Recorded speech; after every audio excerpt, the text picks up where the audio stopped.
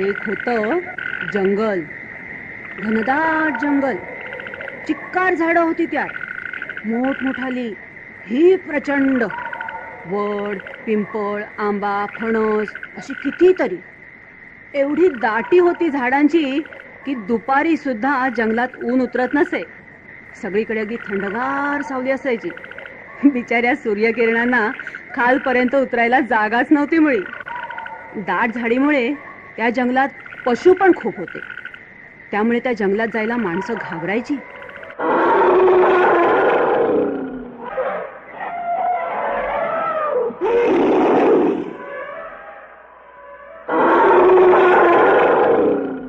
जंगलाच्या एका बाजूला होतं एक मोठं तळ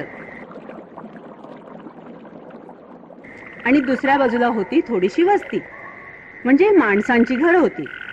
माणसं बिचारी अगदी घाबरून राहायची, जीव मुठीत धरून राहायची. न जाणू एखादा वाघ कोल्हा आला तर त्या वस्तीत एक म्हातारी राहायची. खूप धीट आणि हुशार होती म्हातारी. या म्हातारीला एक मुलगी होती. तिचं लग्न झालं होतं. ती मुलगी राहायची जंगलाच्या पलीकडच्या बाजूला, म्हणजे तळ्याच्या बाजूला. म्हातारीला आपल्या लेकीची आठवण झाली ना की म्हातारी जायची आपल्या लेकीला भेटायला.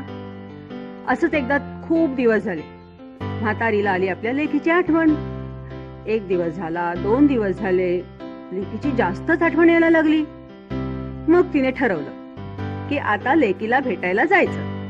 मग तिने एक पिशवी घेतली आणि त्यात आपलं सामान सुमान भरलं. सामान म्हणजे काय तर कपडे आणि नातवंडांना खाऊ, आणि निघाली. आजूबाजूच्या लोकांना सांगितलं, बाबांनो जरा 2-4 दिवस लेकीकडे जाऊन येते, खूप आठवण येते, माझ्या घराकडे लक्ष ठेवा हं. आणि निघाली म्हातारी. हळूहळू चालत चालत निघाली आपली. जंगलात शिरली.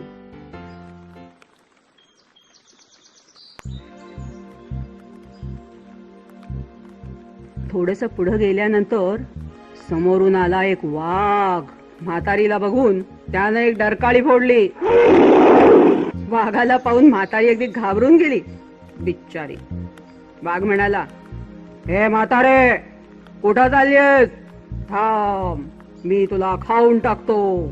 केव्हाची भूक लागली मुलं. म्हातारी मनातनं घाबरली होती खरी, पण तिनं मुळीच तसं दाखवलं नाही वाघाला. ती म्हणाली, खाणं तर खा बापडा, मला काय, उद्या मरायचं ते आजच मरीन. मला खाऊन तुझं पोट भरणार असेल तर मला बरंच वाटेल, पण आता मला खाऊन तुला काहीच मजा येणार नाही. वाघ म्हणाला, आ काहीतरी सांगून मला फसवतेस काय? तशी म्हातारी म्हणाली, अरे नाही रे बाबा, फसवत बिसवत नाहीये मी, पण मला आत्ता खाऊन तुला काय मिळणार, नुसती हाड. त्यापेक्षा असं कर, मी आत्ता निघाले माझ्या लेकीकडे, तिच्याकडे जाते, 4 दिवस राहते, तूप रोटी खाते, आराम करते, जाडजूड होते, आणि मग मला खा, म्हणजे तुला निदान समाधान तरी मिळेल. झालं. वाघाला वाटलं, हा हे मात्र खरं आहे. मग तो म्हातारीला म्हणाला, ठीक आहे ठीक आहे, तू जाडजूड होऊन ये, मग मी तुला खाईन. वर दम दिला. पण हे बघ म्हातारे, मला फसवायचा प्रयत्न करू नको, माझ्याशी गाठ आहे. म्हातारी म्हणाली, अरे हो रे बाबा, अगदी काळजी करू नको. निघाली म्हातारी पुढे.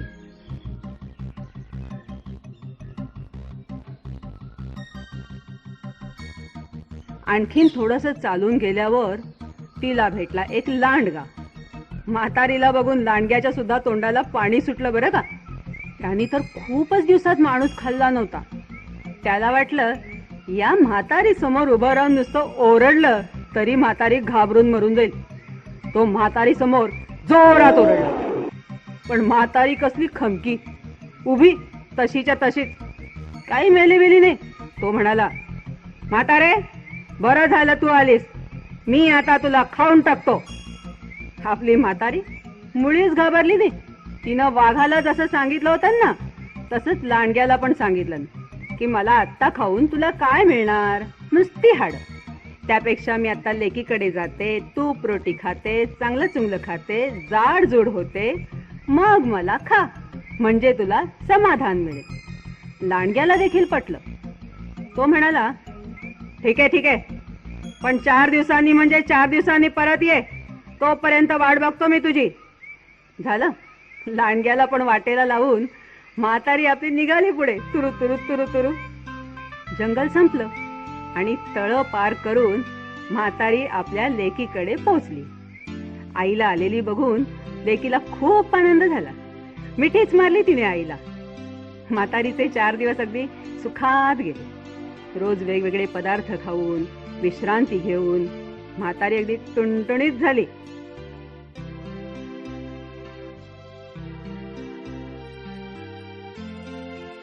मग आपल्या लेकीला म्हणाली म्हातारी, मुली, आता मला जायला हवं. 4 दिवस राहिले, बरं वाटलं, आता जाते. जगले वाचले तर पुन्हा भेटू. लेक म्हणाली, आई, असं का ग बोलतेस? वाईट वाटलं तिला. मग म्हातारीने जंगलातली सगळी हकीकत आपल्या लेकीला सांगितली. लेक म्हणाली, हत्तीच्या, एवढंच ना, मी करते एक युक्ती. हुशार म्हातारीची हुशार लेक ती. तिने काय केलं, एक मोठा लाल भोपळा घेतला, तो पोखरला.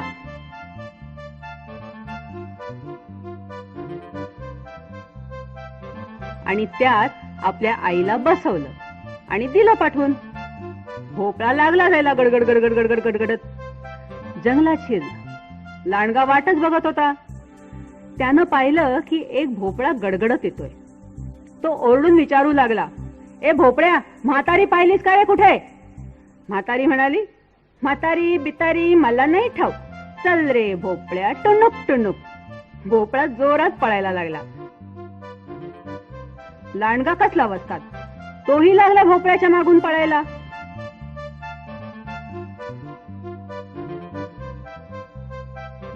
तेवढ्यात समोरून आला वाघ. त्याने ओरडून विचारलं, ए भोपळ्या, कुठे पळतोयस? आणि एकाच झेपेत भोपळा पकडला. झालं. म्हातारीला भोपळ्यातून बाहेर यायला लागलं. तरी पण ती होती महावस्ताद. म्हणाली, हे बघा, मी ठरल्याप्रमाणे 4 दिवसांनी परत आली.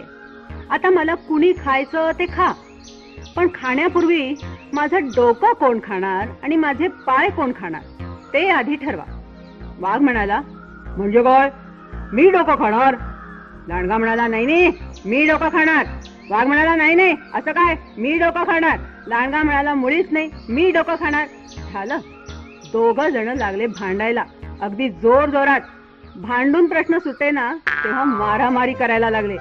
आणि आपली म्हातारी, हुशार अतिशय, हळूच गेली आणि भोपळ्यात बसली आणि म्हणाली, चल रे भोपळ्या टुणुक टुणुक, चल रे भोपळ्या टुणुक टुणुक. भोपळा लागला जोरात पळायला. लांडगा आणि वाघ बसले भांडत बावळटासारखे. भोपळा मात्र पळाला पळाला पळाला पळाला आणि जंगलाबाहेर म्हातारीच्या घरी येऊन थांबला. अशा रीतीने म्हातारी आपल्या घरी सुखरूप येऊन पोचली. बघितलंच मुलांनो, न घाबरता थोड्याशा हुशारीने कितीही मोठ्या संकटावर कशी मात करता येते ते.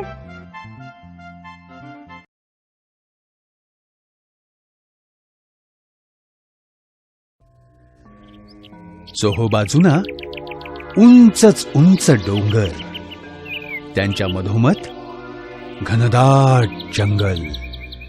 आणि जंगलामध्ये होती एक गुहा.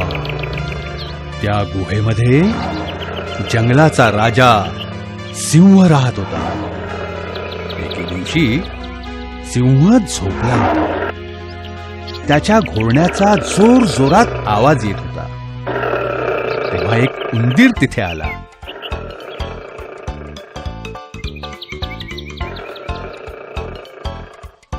त्याने सिंहावर फुंकर मारली. सिंहाला ते कळलेही नाही.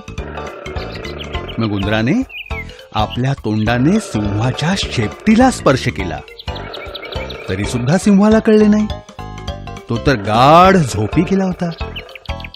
उंदराला चेष्टा करण्याची लहर आली होती. त्याने विचार केला, सिंहाच्या शरीरावर थोडे बागडून तरी पाहावे.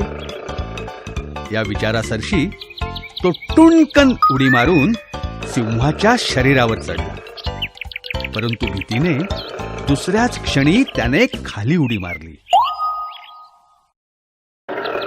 त्याने सिंहाकडे पाहिले तर तो गाढ झोपला होता. त्याच्या घोरण्याचा जोरदार आवाज सुरूच होता.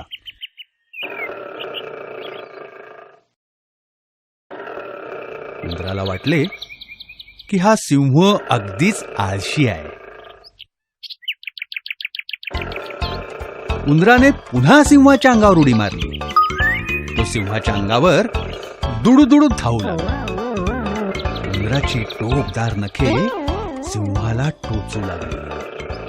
त्यामुळे सिंह जागा झाला. उंदराला शरीरावर नाचताना पाहून सिंहाला राग आला. त्याने उंदराला झपकन पंजामध्ये पकडले. उंदराचा भीतीने थरकाप उडाला. मग त्याने कशीबशी हिंमत एकवटली आणि तो सिंहाला प्रणाम करून म्हणाला, महाराज, या छोट्याशा जीवावर दया करा. आपण तर जंगलाचे राजे आहात. मला क्षमा करा महाराज. अशा छोट्याशा चुकीकरता मला शिक्षा करू नका. मला सोडून द्या महाराज, मला सोडून द्या. सिंह गर्जना करत म्हणाला, तू माझी या जंगलाच्या राजाची चेष्टा केलीस. याला तू छोटीशी चूक म्हणतोस. उंदराचा चेहरा खर्रकन पडला. त्याच्या डोळ्यातून अश्रू ओघळू लागले. तो रडत रडत म्हणाला, मला जिवंत राहू द्या महाराज. मी आपले उपकार कधीही विसरणार नाही. कधी गरज पडली तर मी सुद्धा आपल्या मदतीला धावून येईन. हे ऐकून सिंहाला हसू आले. त्याला त्या बिचाऱ्या उंदराची दया आली. सिंह म्हणाला, इतका पिटुकला तू माझ्या या वनराजाच्या कधी कामी येणार. पण ठीक आहे, मी तुला जिवंत सोडून देतो. जा. उंदीर सिंहाच्या पंजातून सुटता क्षणीच पळून गेला आणि आपल्या बिळात घुसला. पुढे काही दिवसांनी कोणा शिकाऱ्याने सिंहाच्या गुहेबाहेर जाळे लावले. सिंह जांभई देत जेव्हा गुहेतून बाहेर पडला, तो जाळ्यात अडकला. त्या जाळ्यातून सुटण्यासाठी सिंह जितका प्रयत्न करत होता तितका तो अधिकच त्या जाळ्यामध्ये फसत होता. त्याला खूप राग आला. तो मोठमोठ्याने गर्जना करू लागला.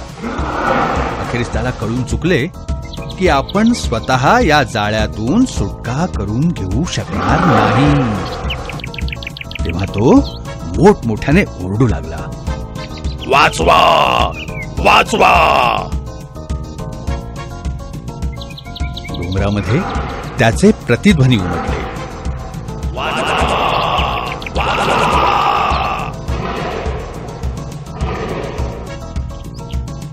सिंह करुण स्वरात ओरडतच होता, वाचवा, कुणीतरी मला वाचवा. बिळामध्ये मुटकुळे करून झोपलेल्या उंदराच्या कानांवर सिंहाचा आवाज पडला, वाचवा, कुणीतरी मला वाचवा. हे ऐकताच उंदीर त्वरेने धावत तिथे आला. पाहतो तर काय, सिंह जाळ्यात अडकला होता. सिंहाचा आक्रोश सुरूच होता. अरे देवा, आता माझे दुःखाचे दिवस सुरू होतील.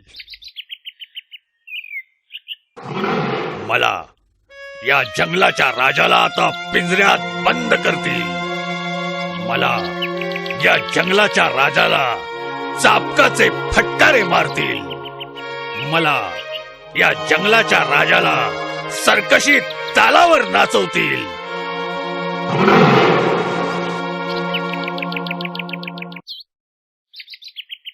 त्याचवेळी हळू आवाजातील बोलणे सिंहाच्या कानावर पडले.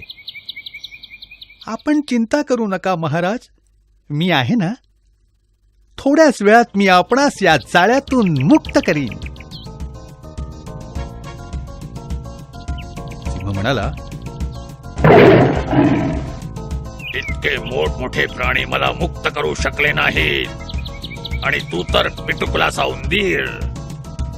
तू मला काय सोडवू शकणार? उंदीर सिंहाच्या या प्रश्नावर काहीच बोलला नाही, पण तो आपल्या धारदार दातांनी जाळीचे दोरखंड कुरतडू लागला.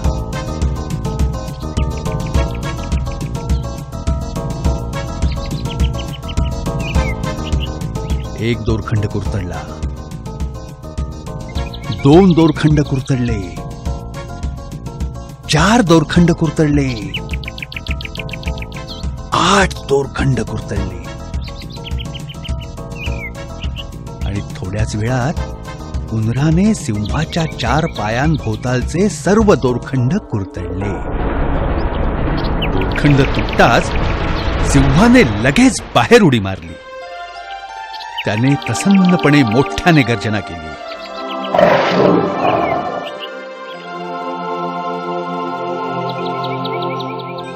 मग त्याने खूप प्रेमाने उंदराला कुरवाळले आणि तो म्हणाला, आजपासून तू माझा जिवलग मित्र.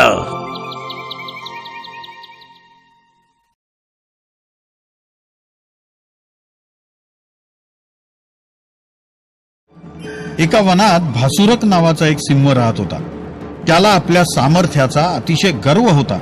त्यामुळे तो दररोज कारण नसताना असंख्य प्राण्यांची हत्या करीत असे. एके दिवशी त्या वनातील सर्व पशु त्या सिंहाकडे गेले आणि हात जोडून म्हणाले, महाराज, आम्ही एक विनंती करायला आलो आहे. आपण आमचे राजे आहात हे तर खरंच, पण आपण रोजच्या रोज विनाकारण असंख्य प्राण्यांना का बरं ठार मारता? असंच चालू राहिलं तर एक दिवस या वनात एकही पशु शिल्लक राहणार नाही. मग तुमची उपासमार होईल. त्यापेक्षा आपल्या भोजनासाठी म्हणून आमच्यातला एक एक प्राणी रोज आम्ही तुमच्याकडे पाठवू. तुम्ही त्याला खावं. त्यामुळे तुम्हाला रोजच्या रोज विनासायास आहार मिळेल आणि आम्हा पशूंचाही निर्वंश होणार नाही. सर्व प्राण्यांनी असं सांगितलं असता सिंह म्हणाला, तुम्ही म्हणालात ते बरोबर आहे, पण लक्षात ठेवा, तुम्ही हे वचन पाळलं पाहिजे. रोजच्या रोज माझ्या भोजनाच्या वेळी एक एक पशु इथे आला पाहिजे. त्यात खंड पडला, टाळाटाळ केली तर मी सर्वच्या सर्व प्राण्यांना खाऊन टाकीन. महाराज, आम्हाला अगदी पूर्ण मान्य आहे. असं कबूल करून सर्व पशु परत गेले आणि सुखात राहू लागले. ठरल्याप्रमाणे दररोज दुपारच्या वेळी एक एक प्राणी सिंहाकडे जाऊ लागला. होता होता एक दिवस एका सश्याची पाळी आली. त्याला सिंहाकडे जाण्याची मुळीच इच्छा नव्हती. त्याला सिंहाचा राग आला होता, पण सर्व प्राण्यांनी सक्तीच केल्यामुळे तो सिंहाकडे जाण्यास निघाला. या सिंहाला ठार मारण्यासाठी काय बरं युक्ती करावी असा विचार करत तो हळूहळू चालला होता. वाटेत त्याला एक विहीर दिसली. त्यानं सहज त्या विहिरीत डोकावून पाहिलं, तो त्याला स्वतःचे प्रतिबिंब दिसलं. ते प्रतिबिंब पाहून ससा एकदम खुश झाला. त्याला उपाय सापडला. तो स्वतःशीच म्हणाला, छान युक्ती सापडली. आता त्या दुष्ट भासुरकाला या विहिरीत पाडून ठार केल्याशिवाय मी राहणार नाही. तो भासुरक मेलाच म्हणून समजा. मग तो ससा मुद्दामच उशीर करून सिंहाकडे गेला. भोजनाची वेळ टळून गेली तरी कोणी पशु आता येत नाही म्हणून तो भासुरक सिंह अतिशय संतापला होता. जिभल्या चाटी तिकडे तिकडे फिरत होता. त्याच वेळी तो ससा अगदी हळूहळू चालत त्याच्या समोर जाऊन हात जोडून उभा राहिला. सशाला पाहताच सिंहाच्या तळपायाची आग मस्तकाला गेली. संतापानं बेभान झालेला तो सशाला दरडावीत म्हणाला, काय रे हलकटा सशा, एक तर तू अगदी एवढासा, माझा एक घासही होणार नाही आणि शिवाय इथे येण्यास उशीर केलास. माझी जेवणाची वेळ टळून गेली, तुम्ही करार मोडलात. आता आजच्या आज सर्व पशूंना मी ठार मारीन.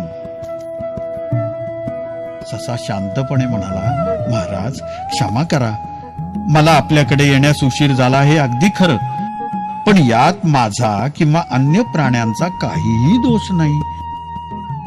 उशीर का झाला ते ऐका तर खरं. सांग सांग, काय लवकर ते सांग. माझ्या दाढेत तू अडकला नाहीस तोच काय ते सांग, सिंह दरडावीत म्हणाला. महाराज, ससा सांगू लागला, ठरल्याप्रमाणे कराराप्रमाणे आपल्याकडे येण्याची आज माझी पाळी होती.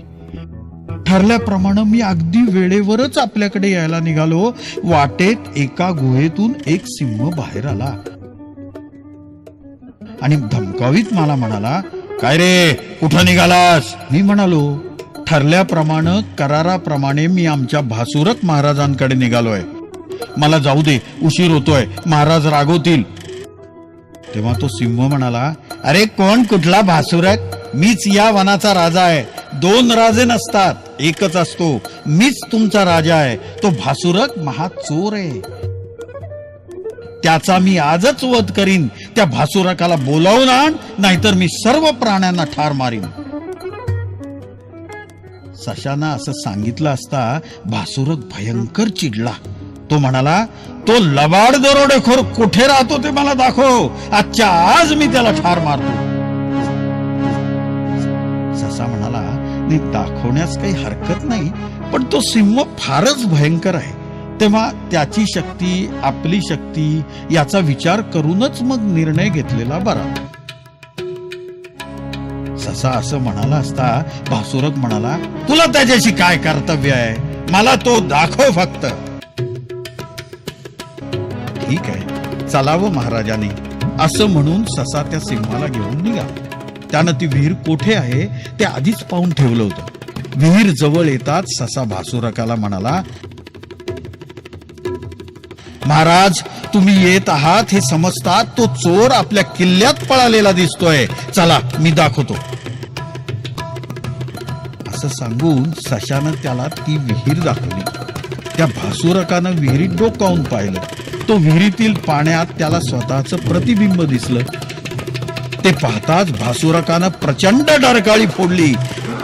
त्याच क्षणी त्या विहिरीतून सिंहगर्जनेचे प्रतिध्वनी उमटले. भासुरकाला ते सारं खरंच वाटलं आणि त्यानं अत्यंत क्रोधानं त्या विहिरीत उडी टाकली आणि तो पाण्यात बुडून गेला. ससा आनंदानं उड्या मारत गेला. भासुरक मेल्याचं कळताच सर्व प्राण्यांना अतिशय आनंद झाला. सर्वांनी सशाच्या चातुर्याची खूप प्रशंसा केली. मग ते सर्व प्राणी आनंदानं राहू लागले. म्हणून ज्याच्याजवळ बुद्धी आहे तोच खरा बलवान, ज्याच्याजवळ ती नाही तो दुबळा होय. शक्तीपेक्षा युक्ती श्रेष्ठ हेच कर.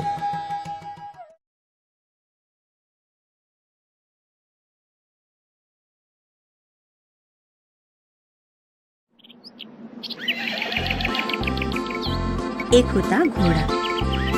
तो जिथे राहत होता तेथे आसपास भरपूर गवत होते, हिरवेगार, कोवळे, लुसलुशीत.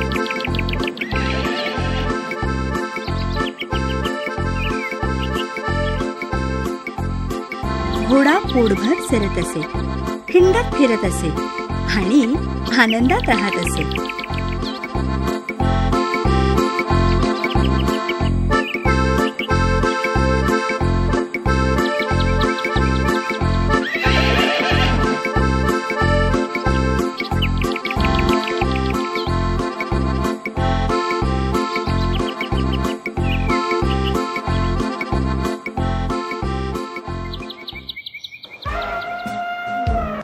याच दरम्यान एके दिवशी एक हत्ती तेथे आला. अशा सुंदर लुसलुशीत गवतावर चालायला त्याला खूप मजा वाटू लागली.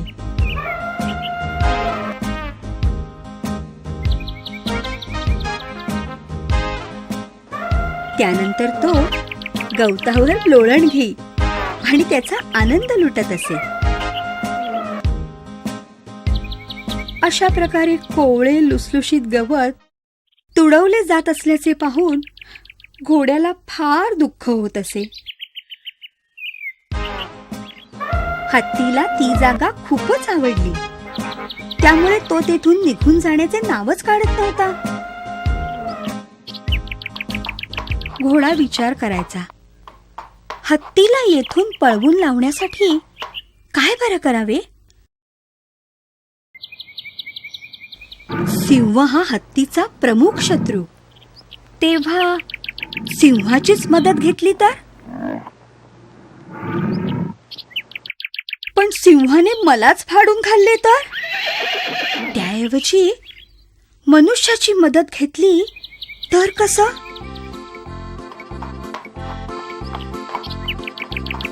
असा विचार करून घोडा मनुष्याकडे गेला.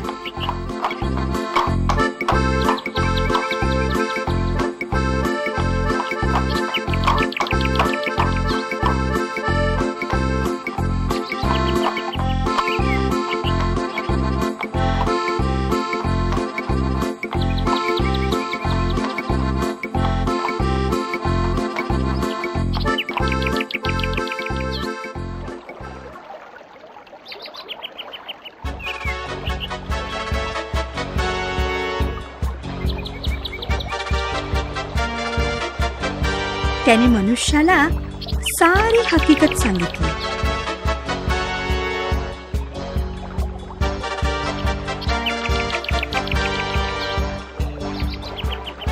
मनुष्य म्हणाला, केवळ हत्तीला मारायचं आहे एवढंच ना?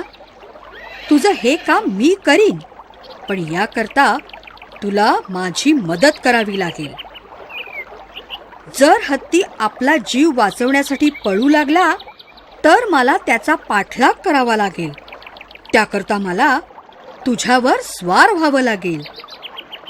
घोडा उत्साहित होऊन म्हणाला, जर हत्ती मरत असेल तर तू सांगशील ते करायला मी तयार आहे. त्यानंतर मनुष्याने घोड्यावर स्वार होण्यासाठी त्याच्या पाठीवर खोगीर बांधले आणि तोंडात लगाम घातला. मग त्याने धनुष्य व विषारी बाण घेतले आणि तो घोड्यावर स्वार झाला. त्याने घोडा दौडवला. मनुष्याला घोड्यावरून प्रवास करताना फार आनंद झाला.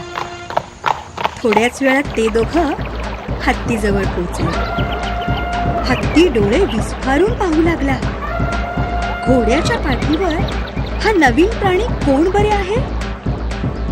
इतक्यात माणसाने हत्तीवर नेम धरून विषारी बाण सोडले.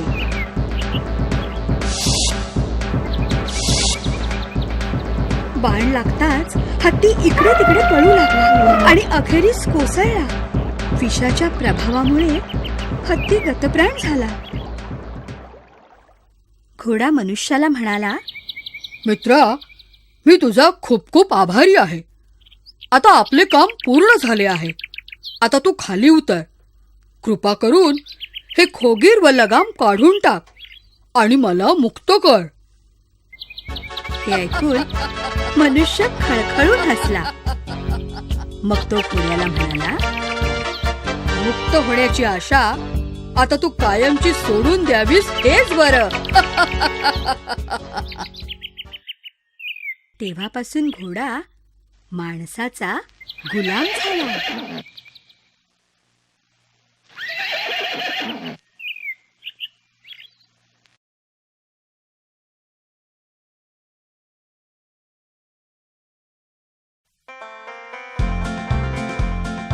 एक होते घर. त्या घरात खूप सारे उंदीर होते. म्हातारे उंदीर, तरुण उंदीर, मोठे उंदीर, छोटे उंदीर. ते इकडे फिरत तिकडे फिरत, इथे उड्या मारत तिथे उड्या मारत आणि खूप मज्जा मस्ती करत. उंदरांची बच्चे कंपनी सुद्धा खूप मोठी होती. ते कधी लपंडाव खेळत, तर कधी शिवाशिवी खेळत. त्या मुलांना भीती काय असते हे माहीत सुद्धा नव्हतं.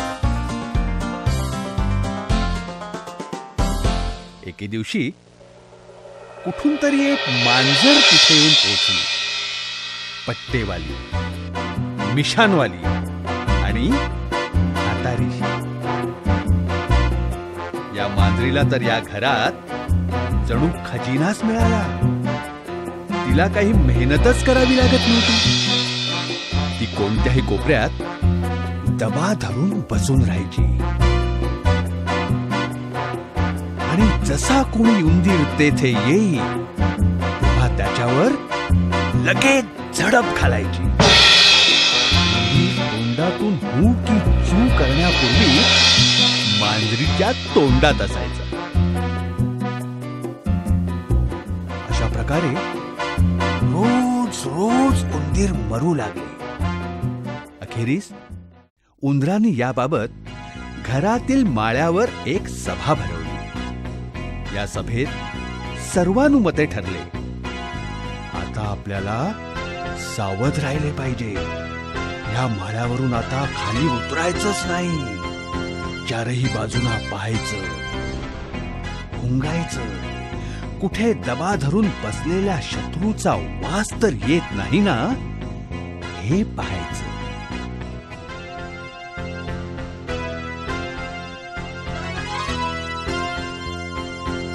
एकही उंदीर मांजरीच्या नजरेस पडत नव्हता, कारण एकही उंदीर माळ्यावरून खाली उतरतच नसे. त्यामुळे आता मांजरीची उपासमार होऊ लागली.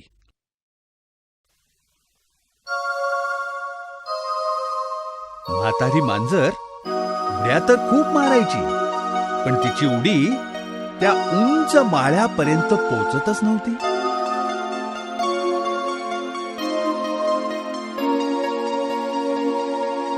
अखेरीस मांजरीला एक युक्ती सुचली.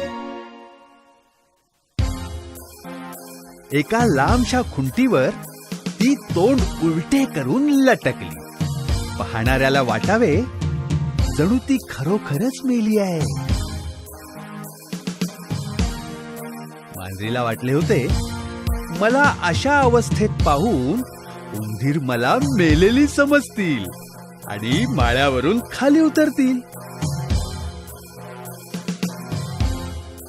मग ते हिंडू फिरू लागतील, निश्चिंतपणे धावाधाव करतील आणि खेळतील. तेव्हा मी उंदरांवर झडप घालेन. उंदरांच्या एका पिल्लाने पाहिले की मांजर उलटे तोंड करून लटकले आहे. ते पिल्लू लगेच आनंदाने किंचाळले, पहा पहा, ती मांजर मेली आहे. पहा ना, कशी उलट तोंड करून लटकली आहे. सर्व उंदीर मांजरीकडे पाहू लागले. मांजर मेली आहे हे समजल्यावर सर्व उंदीर आनंदले. ते आनंदाने गाऊ लागले. तेव्हा एक वयोवृद्ध उंदीर म्हणाला, मेलेली मांजर उलट तोंड करून लटकत असेल असं शक्यच नाही. कदाचित ती जिवंत सुद्धा असेल. यावेळेस जोरदार वारा सुटलाय. जर मांजर खरोखरच मेली असेल तर वाऱ्यामुळे तिची शेपटी थोडी थोडी नक्की झालेल. आणि जर ती जिवंत असेल तर तिची शेपटी अजिबात हलणार नाही.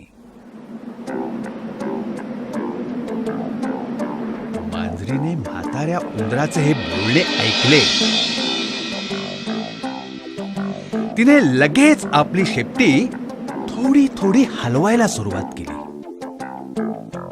हे पाहून म्हातारा उंदीर म्हणाला, अच्छा, ही वाघाची मावशी तर जिवंत आहे आणि माझं बोलणं गुपचूप ऐकतेय, म्हणून तर ती आपली शेपटी हलवते. सर्व उंदरांनी पाहिले की मांजरीची शेपटी हलणे बंद झाले.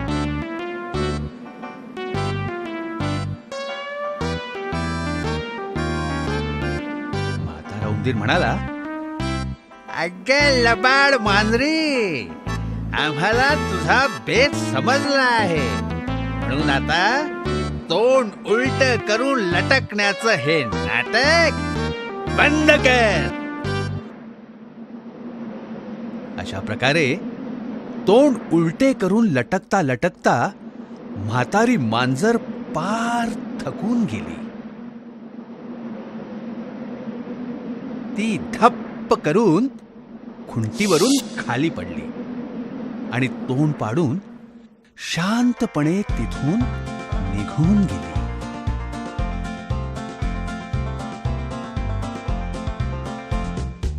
सर्व उंदीर आनंदले.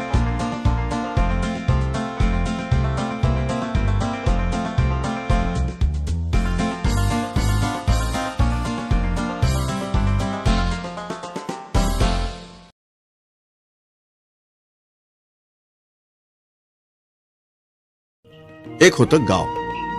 त्या गावात चित्रांग नावाचा एक कुत्रा राहत होता. एकदा त्या गावात फार मोठा दुष्काळ पडला बरं का. खायला अन्नाचा एक कण सुद्धा मिळत नव्हता. त्यामुळं त्या गावातील कुत्री पटापट पटापट एका मागून एक मरू लागली. कुत्र्यांची सारी जातच नष्ट होणार की काय असं वाटू लागलं. चित्रांगाला सुद्धा कुठं अन्न मिळेल असं झालं. त्याची अगदी उपासमार होऊ लागली. म्हणून जिथं दुष्काळ नाही, खाण्यापिण्याची कमतरता नाही, अशा देशात जावं असा विचार करून तो चित्रांग दुसऱ्या देशात गेला आणि तिथल्या एका घरी राहिला. तिथं मात्र खाण्यापिण्याची अगदी चंगळ होती. त्यामुळे चित्रांग अगदी खुशीत होता. घरात खायला भरपूर असलं तरी बाहेर पडायची मात्र काही सोय नव्हती. चित्रांग घराबाहेर पडला रे पडला की गावातील सगळी कुत्री त्याला वेढा घालीत आणि त्याच्या शरीराचे लचके होते. त्यामुळे चित्रांगाला अगदी नकोसं झालं होतं. रोजच्याच या कटकटीनं चित्रांग वैतागला. काय करावं त्याला काही समजेच ना. घरात बसून राहणं त्याचा स्वभाव नव्हताच. बाहेर जाण्याची सोय नव्हती. शेवटी त्यानं विचार केला, आपल्या देशात दुष्काळ असला, खायला मिळत नसलं तरी बाहेर आपले खूप मित्र असतात. इथल्याप्रमाणे ते आपल्याला त्रास देत नाही. त्यांच्याशी गप्पा गोष्टी करीत दिवस कसा मजेत जातो. म्हणून आपल्या देशाला जावं हे खरं. कसाही असला तरी तो आपला देश आहे असा विचार करून चित्रांग एके दिवशी तेथून बाहेर पडला आणि आपल्या गावी परत आला. चित्रांग परत येताच त्याचे पूर्वीचे सारे मित्र त्याच्या भोवती जमले. त्याने विचारले, अरे चित्रांगा, तू ज्या देशाला गेला होतास तो देश कसा आहे रे? तेथील लोक कसे आहेत? तिथे खाण्यापिण्याची परिस्थिती कशी आहे? चित्रांग म्हणाला, अरे मी गेलो होतो त्या देशाविषयी काय सांगू बाबा. फार छान देश आहे. खाण्यापिण्याविषयी म्हणाल तर अगदी चंगळ आहे. लोक फार प्रेमळ आहेत. खायला खूप देतात. कशाला काही कमी नाही. त्याचे मित्र म्हणाले, वा वा वा वा वा, फारच छान फारच छान. नाहीतर आपला हा देश अन्नाचा एक कण सुद्धा मिळत नाही. पण चित्रांगा, तो देश इतका चांगला असताना तू परत का आलास? त्यांनी असे विचारले असता चित्रांगा म्हणाला, तुमची शंका बरोबर आहे. तिथे खायला भरपूर असूनही मी इकडे परत आलो कारण तिथं आपल्याच जातभाईंचा फार त्रास आहे. घराच्या बाहेर पडले की ते अंगावर धावून येतात, मारझोड करतात. त्यामुळे इतर सारं काही असूनही त्याचा काहीही उपयोग नाही. अरे त्यापेक्षा आपला हा गरीब देश चांगला. काही झालं तरी हा आपला देश आहे. तुमच्यासारखे मित्र आहेत, हे काही कमी आहे? म्हणून मी कायमचा परत आलो. हे ऐकून त्याच्या सर्व जातभाईंना खूप आनंद झाला. कोणतीही गोष्ट नीट न पाहता, जाणून न घेता, लक्षपूर्वक न ऐकता, पारख न करता केली तर मनुष्यावर फार मोठं संकट येतं.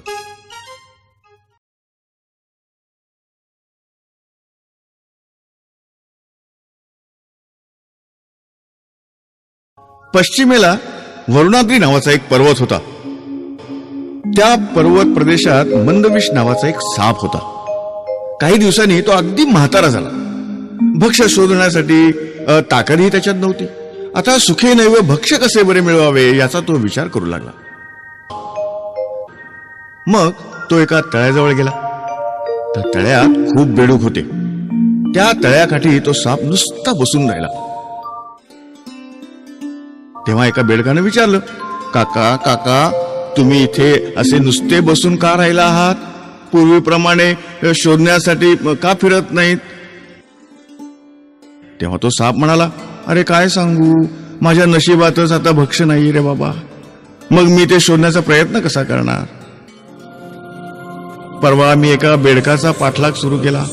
तो बेडूक एका ब्राह्मणाच्या घरात शिरला. मी त्याच्या मागोमाग तिथं गेलो. त्यावेळी त्या ब्राह्मणाच्या मुलाने माझ्यावर पाय दिला, त्यामुळे मी त्याला दंश केला. मुलगा मरण पावला. तेव्हा पुत्राच्या मृत्यूमुळे दुःखी झालेल्या ब्राह्मणाने मला शाप दिला. दुष्टा, तू निरपराध अशा माझ्या मुलाला चावलास. तू बेडकांचे वाहन होशील. त्या बेडकांना दया येऊन तुला काही खायला दिले तर त्यावरच तुला भूक भागवावी लागेल. म्हणून मी तुमची सेवा करण्यासाठी इथे आलो आहे. सर्पाचे हे बोलणे ऐकून सर्व बेडकांना मोठा आनंद झाला. ही बातमी तळ्यातील सर्वच बेडकांना समजली. त्या तळ्यातील बेडकांच्या राजाला हे कळताच तो पाण्यातून बाहेर आला आणि टुनकन उडी मारून त्या सापाच्या डोक्यावर बसला. त्याच्या पाठोपाठ अनेक बेडूक आले आणि तेही सापाच्या शरीरावर बसले. आणि मग तो साप त्या बेडकांना खुश करण्यासाठी इकडे तिकडे फिरून आणू लागला. सारे बेडूक आनंदाने टाळ्या वाजू लागले. डराव डराव डराव डराव करीत गाऊ लागले. दुसऱ्या दिवशी पुन्हा सर्व बेडूक सापाच्या शरीरावर उड्या मारून बसले. पण तो लबाड साप अगदी मंद मंद चालू लागला. बेडकांना काही गंमत वाटेना. तेव्हा बेडकाच्या राजाने विचारले, अरे आज तू कालच्या प्रमाणे वेगात का धावत नाहीयेस? हळूहळू चालतोस असे का बरे? तेव्हा साप म्हणाला, महाराज, माझ्या पोटात अन्नाचा कण नाही, मग मी कसा बरं धावणार? माझ्या अंगात ताकदच नाही, मी काय करू? अरे मग लहान सहान बेडूक खाना, असे बेडकांचा राजा म्हणाला.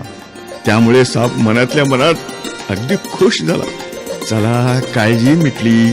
आता आपल्याला खूप दिवस भरपूर बेडूक खायला मिळणार, असा विचार करून तो रोज लहान मोठे अनेक बेडूक खाऊ लागला. आता त्याच्या शरीरात चांगलीच ताकद आली होती. आणि होता होता एक दिवस त्या सापाने त्या बेडकाच्या राजाला खाऊन टाकले. म्हणून शहाण्या मनुष्याने आपल्या शत्रूच्या बोलण्यावर जरा सुद्धा विश्वास ठेवू नये बरं का. त्याच्यावर दया दाखवू नये. शत्रू आणि अग्नी यांना जवळ केले की त्याचा परिणाम वाईटच होतो.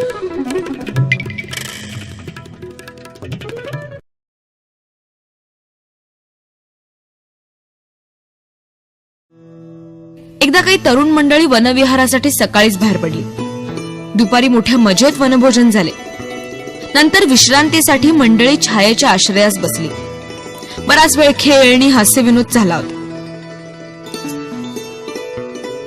काही मंडळी चांगलीशी जागा पाहून जरा लवणली. यातच आमचे विनायकराव होते. विनायकराव गर्भश्रीमंत असून हुशार आणि चालाक होते. त्यांच्या वडिलांजवळ अफाट संपत्ती होती. ते तिला त्यांच्याखेरीज वारस असा दुसरा कोणीच नव्हता. विनायकराव एकुलते एक चिरंजीव असल्याने त्यांचे आई बाप त्यांना जीव की प्राण करीत असत. संध्याकाळचे 6 वाजले. वनविहाराला गेलेली मंडळी परत फिरली. विनायकरावही उठले. त्यांनी जो दगड उशाला घेतला होता तो दगड सहज कोणी पायाने उलटला. तोच त्याखाली 4-5 घोणी वळवळताना दिसल्या. हा देखावा पाहताच विनायकराव दचकले. जो धोंडा आपण उशाला घेतला होता त्याखाली एवढ्या घोणी? अरे बाप रे, नक्कीच त्यातली एखादी आपल्या कानात शिरली असली पाहिजे अशी कल्पना झटकन त्यांच्या मनात येऊन गेली. त्यांचे अंग शहारलं. सगळा उत्साह मावळला. विनायकरावांना संशय पिशाचाने पछाडले. त्यांना काही सुचेना. कानात काही बुळबुळत आहे असं त्यांचा भास होऊ लागला. बरोबरच्या मित्रांनी त्यांची खूप समजूत घातली, पण व्यर्थ. तशाच मनस्थितीत ते घरी आले. घरच्या मंडळींचीही धांदल उडाली. डॉक्टर वैद्यांची धावपळ सुरू झाली. अनेक उपचार करूनही त्यांना बरं वाटेना. कानात घोण वगैरे काही नाही म्हणून डॉक्टर वैद्यांनी त्यांना नाना प्रकारे पटवून देण्याचा प्रयत्न केला, पण त्याचा काहीही उपयोग झाला नाही. विनायकराव धास्तीने दिवसेंदिवस खंगत चालले. मुलाची स्थिती पाहून वडिलांना अत्यंत दुःख होत होते, पण त्याला कोणाचाच उपाय नव्हता. विनायकरावांचे वडील खूप श्रीमंत होते, खर्चाला काही कमी नव्हतं. मुलाला बरे वाटावं म्हणून वाटेल तेवढा खर्च करण्यास ते तयार होते. देशोदेशीचे वैद्य, हकीम, डॉक्टर येऊन अपयश पदरी घेऊन जात. इतक्यात एके दिवशी एक वैद्यबुवा त्यांच्याकडे आले. ही एकंदर स्थिती पाहून आपण प्रयत्न करून पाहतो असे विनायकरावांच्या वडिलांना त्यांनी सुचवलं. उपाय करून पाहावा म्हणून सर्वांनी संमती दिली. संमती मिळताच वैद्यबुवांनी विशेष औषध पाणी न करता 4 दिवस विनायकरावांच्या सहवासात घालवले. तेव्हा सगळा संशयाचा खेळ आहे त्यांच्या लक्षात आलं. लगेच त्यांनी विनायकरावांच्या कानात घोण शिरली असून ती काढून आपण त्यांना बरे करतो असे जाहीर केले. घोण खरोखरच असल्याचे ऐकून विनायकरावांना जरा बरं वाटलेलं दिसलं. वैद्यबुवांवर त्यांचा विश्वास बसला. एके दिवशी औषधासाठी बाहेर जातो असं सांगून वैद्यबुवा बाहेरगावी निघून गेले. आता आपण बरे होणार म्हणून विनायकरावांना थोडं बरं वाटायला लागलं होतं. त्यांनी हळूहळू फळं वगैरे खाण्यास सुरुवात केली. इकडे वैद्यबुवांनी मुद्दाम शोध करून 4-5 घोणी मिळवल्या व डबीत भरून ते 4 दिवसांनी परत आले. औषध मिळाले असं सांगून त्यांनी दुसऱ्या दिवशी औषधाचा प्रयोग करायचा असं जाहीर केलं. प्रयोगासाठी जी जागा ठरवली होती तेथे कोणीही येता कामा नये, तसेच प्रयोग चालू असता रोग्याचे डोळे बांधायचे वगैरे सर्व गोष्टी ठरल्यानंतर दुसऱ्या दिवशी प्रयोगाला सुरुवात झाली. विनायकरावांचे डोळे बांधले. नंतर वैद्यबुवांनी एक काकडा पेटवून तो विनायकरावांच्या कानाशी नेला व ते विनायकरावांना म्हणाले, आता सावध राहा, ती पहा एक एक गुण बाहेर येते. अशा रीतीने 10 मिनिटेपर्यंत बोलून प्रयोग चालू असताना 4 गोणी बाहेर आणल्या. आता तुम्ही मोकळे झालात असे वैद्यबुवांनी विनायकरावांना सांगितले. शेवटी त्यांचे डोळे सोडून त्यास 4ही घोणी दाखवण्यात आल्या. 8-15 दिवसातच विनायकरावांची प्रकृती सुधारली आणि सगळ्यांनाच आनंद झाला.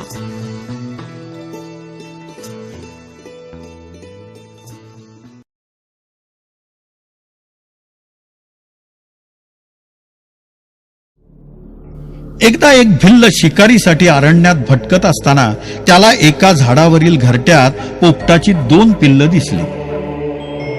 ती पकडत असताना त्यातील एक पिल्लू त्याच्या हातून निसटले, दुसरं मात्र सापडलं. मग त्या भिल्लानं त्या पिल्लाला एका पिंजऱ्यात कोंडून घरी आणलं. तो भिल्ल त्या पिल्लाला बोलवायला शिकवत असे. हळूहळू ते पिल्लू भिल्लासारखे बोलू लागले. भिल्लाचे शब्द त्याला बोलता येऊ लागले. त्या 2 पिल्लापैकी जे पिल्लू निसटले होते ना, ते एका साधूला सापडलं. साधूनं त्याला आपल्या आश्रमात आणून ठेवलं. साधूनही त्याला बोलायला शिकवलं. दिवसभर तो साधू जे जे बोलत असे ना, ते सारे त्या पोपटाला बोलता येऊ लागले. अशा प्रकारे पुष्कळ दिवस गेले. एक दिवस एक राजा घोड्यावर बसून अरण्यात आला. फिरत फिरत तो बरोबर त्या भिल्लाच्या घराजवळ आला. बाहेर टांगून ठेवलेल्या पिंजऱ्यातील पोपटानं त्या राजाला पाहिलं आणि तो मोठमोठ्यांदा ओरडू लागला, मालक मालक, धावा धावा, कोणीतरी घोडेस्वार आला आहे, धरा त्याला, पकडा, ठोका, ठार मारा. राजानं हे शब्द ऐकले आणि तो दुसरीकडे निघून गेला. तो फिरत फिरत अरण्याच्या दुसऱ्या टोकाला गेला. तिथे साधूचा आश्रम होता. त्या आश्रमातील पोपटानं राजाला पाहिलं आणि म्हणाला, या या, सुस्वागतम महाराज, आत या, विश्रांती घ्या, थंड पाणी प्या, गोड फळे घ्या. साधू महाराज, आपल्या आश्रमात महाराज आले आहेत, त्यांचे स्वागत करा. पोपटाचे हे शब्द ऐकून राजाला मोठं आश्चर्य वाटलं. हा सारा संगतीचा, शिक्षणाचा परिणाम हे राजाला कळून चुकलं. तो पोपट राजाला म्हणाला, तुम्हाला पूर्वी भेटलेला पोपट माझाच भाऊ. आम्ही दोघं एकाच जातकुळीचे. एकाला भिल्लाची संगत, तसेच संस्कार. मला साधूची संगत, तसेच संस्कार. हा सारा संगतीचा परिणाम.